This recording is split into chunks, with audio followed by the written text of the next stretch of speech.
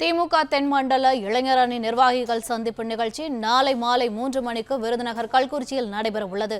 இதுகுறித்த கூடுதல் விவரங்களை எமது செய்தியாளர் ஜெபர்சன் வழங்க கேட்கலாம். வணக்கம் ஜெபர்சன், விவரங்கள் என்ன? நாளை நடக்கக்கூடிய இளைஞர் அணி மண்டல மாநாட்டிற்கு அழைப்பு விடுத்து துணை முதலமைச்சரும் திமுகவின் இளைஞர் அணி செயலாளருமான உதயநிதி ஸ்டாலின் அறிக்கை ஒன்றை வெளியிட்டிருக்கிறார். அதில் கடந்த 75 காலமாக தமிழர்களின் மேம்பாட்டை முன்னிறுத்தி தன் அரசியல் பயணத்தை மேற்கொண்டு வரும் திமுகவில் எப்போது பக்கபலமாக இருப்பது இளைஞர் அணி என்று தெரிவித்திருக்கிறார்.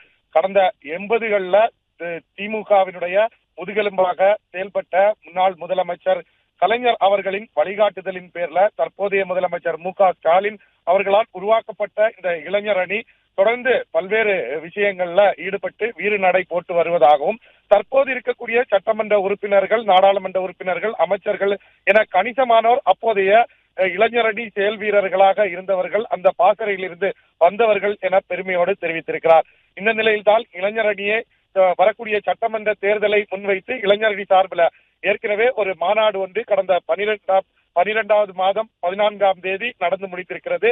இந்த மாநாட்டில் கிட்டத்தட்ட 1.50 லட்சம் பேர் கலந்து கொண்டிருப்பதாகவும், இந்த நிலையில் வரக்கூடிய நாளை மாலை நடக்கக்கூடிய இந்த மாநாட்டில் விருதுநகர் கள்ளக்குறிச்சியை ஒன்றிணைக்கக்கூடிய வகையில இந்த மாநாடானது ஏற்பாடு செய்யப்பட்டிருக்கிறது.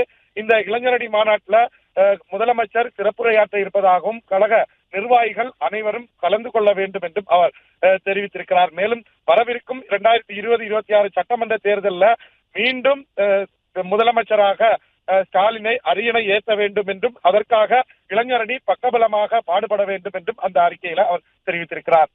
பிளே ஸ்டோர் மற்றும் ஆப் ஸ்டோரில் இருந்து பாலிமர் செயலியை QR கோடு மூலம் பதிவிறக்கம் செய்யுங்கள். செய்திகளை உடனுக்குடன் பெறுங்கள்.